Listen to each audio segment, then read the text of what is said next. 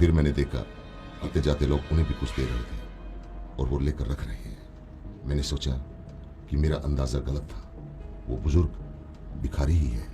जिज्ञासा पूर्वक मैं की तरफ बढ़ा तो कुछ लोगों ने मुझे आवाज लगाई, उसके करीब ना जाइए डॉक्टर साहब, वो बूढ़ा तो पागल है।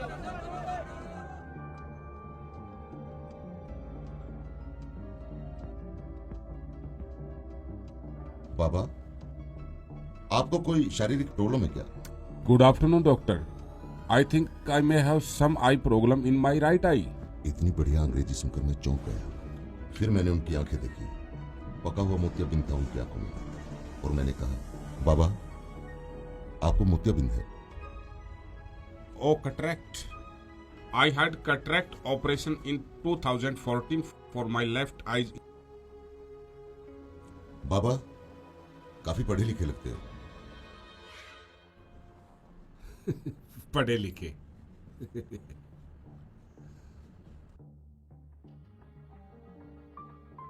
लो डॉक्टर, उधर बैठकर बात करते हैं, वरना ये लोग भी तुझे मेरी तरह पागल कहेंगे। मैं आई हूँ। अरे अभी तो समर्थ हूं मैं अपना खुद बोझ ढोने में। तो हाँ बाबा, अब बताओ आप यहाँ क्या कर रहे हैं? I am mechanical senior operator. मैं एक कंपनी में सीनियर ऑपरेटर था। वहां नए बच्चों को सिखाते सिखाते एक दिन मशीन में पैर आ गया और बैसाखी हाथ में आ गई। अब लंगड़े बैल को कौन काम पे रखता है। कंपनी ने पैर का ट्रीटमेंट कराया और मुझे कुछ पैसे देकर घर भेज दिया। मैंने उस पैसे से एक छोटी सी वर्कशॉप बना डाली और डॉक्टर मेरा बेटा भी मैकेनिकल इंजीनियर है। और धीरे धीरे बेटे ने तरक्की की और कंपनी बनाई। लेकिन बाबा आप यहाँ कैसे, यहाँ क्या कर रहे हैं? सब कर्मों का खेल है डॉक्टर साहब। बेटे ने अपना बिजनेस बढ़ाने के लिए कंपनी व घर दोनों को बेच दिया। बेटे की तरक्की के लिए मैंने भी कुछ नहीं कहा। बेटा बच्चों को लेकर सब कुछ बेच बाच कर जापान चला गया और हम जापानी बुढ़े और बुढ़िया यहां रह गए। लेकिन बाबा आप इतने टैलेंटेड हैं, जहां पर भी पांव मारोगे पानी निकाल दोगे। I means you can do everything in your life, but why? You better know. कहां से मारूं पैर, कैसे? मेरे कहने का मतलब ये था कि आपको अपने लाइन का इतना एक्सपीरियंस है, so you can do everything. आपको कोई भी नौकरी दे देगा। यस डॉक्टर, इसीलिए मैं कंपनी में जॉब करता हूं और वहां मुझे पूरे 8,000 तनख्वाह मिलती है। आप यहाँ क्या कर रहे हो? बेटे के जाने के बाद मैंने एक छोटा सा घर किराए पे लिया।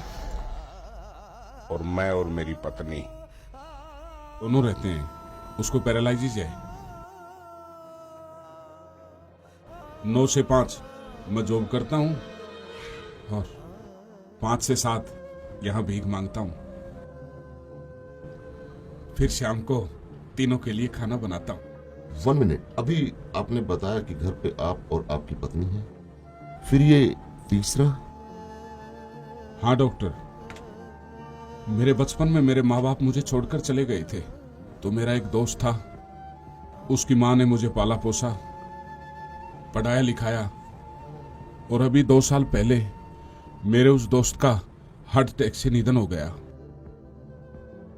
95 इयर्स ओल्ड उसकी माँ, जिसका कोई नहीं था, और उसको मैं अपने साथ घर ले आया और हम सब अब उनके साथ रहते हैं। बाबा आपका बेटा आपका सब कुछ ले गया, आपको रास्ते पे ले आया, ठोकरे खाने पर मजबूर कर दिया, आपको गुस्सा नहीं आया? नो डॉक्टर, अरे वो सब उसी का तो था। हर माँ बाप अपने बच्चों के लिए ही तो करते हैं। उसका था, सो वो ले गया। इसमें गुस्से की तो कोई बात ही नहीं। नहीं नहीं, ये लेने का कौन सा तरीका हुआ? ये तो सरासर लूट हुई ना। हाँ, और अब आपका भीख मांगने का कारण भी मेरी समझ में आ गया। 8,000 रुपए में आप तीनों का गुजारा नहीं होता, इसलिए आप यहां आते हो। नो डॉक्टर, 8,000 रुपए में मैं सब कुछ मैनेज कर लेता हूं, खाना पीना। लेकिन जो मेरी माँ है ना, उसको ब्लड प्रेशर और शुगर है, कंटिन्यू उसकी दवाइयां चल रही हैं। बस 8,000 रुपए में मैं वो दवाइयां मैनेज नहीं कर पाता, इसलिए मैं 5 से 7 यहां भीख मांगता हूं, जो भीख में पैसे आते हैं। और हाँ डॉक्टर, मैं पैसों के अलावा भी स्वीकार नहीं करता। जो भीख में जो पैसे आते हैं, मैं मेडिकल स्टोर वाले को जमा करा देता हूं हर रोज, और वो मुझे महीने भर की दवाइयां दे देता है। किसी दूसरे के माँ के लिए आप यहाँ रोज भीख मांगते हो? हाँ, नो डॉक्टर, किसी और की नहीं, वो मेरी अपनी माँ से भी बढ़कर है। बचपन में उसने मुझे पाला पोसा, मेरा बहुत कुछ किया। अब मेरी बारी है ना, मैं भी उसके लिए कुछ करूं। मैंने उन दोनों से कह रखा है कि 5 से 7 मुझे एक काम और मिला है। अच्छा बाबा, एक बात बताओ, अगर उनको पता चले कि आप 2 घंटे भीख मांगते हो तो उनको बुरा नहीं लगेगा? कैसे पता चलेगा डॉक्टर साहब? वो मेरे सहारे के बगैर करवट तक नहीं बदल सकते, वो यहाँ पर कैसे आएंगे? अच्छा बाबा, एक बात बताओ, अगर मैं आपकी माँ जी को अपनी तरफ से नियमित दवाइयां दूं, ये ठीक रहेगा ना? फिर आपको भीख भी नहीं मांगनी पड़ेगी। डॉक्टर, आप भिखारियों के लिए दवाइयां देते हैं, लेकिन आप माँ जी को दवाइयां देंगे तो वो भी भिखारी कहलाएगी ना? अभी मैं समर्थ हूं, मुझे कोई भिखारी कहे तो चलेगा, लेकिन माँ जी को कोई भिखारी कहे ना, वो मुझे मंजूर नहीं। डॉक्टर बाबा, भिखारियों को डॉक्टर समझकर नहीं, बल्कि ये भाई समझकर आई रिक्वेस्ट यू, प्लीज ये दवाइयां स्वीकार कर लीजिए। डॉक्टर, मुझे इस रिश्ते में मत बांधो, एक गया है छोड़ के, कल को अगर तुम भी चले गए, मुझ में सहन शक्ति नहीं है। खुश रहो बेटा तुम। अच्छा, अब मैं चलता हूं, मुझे घर जाके अभी खाना भी बनाना है।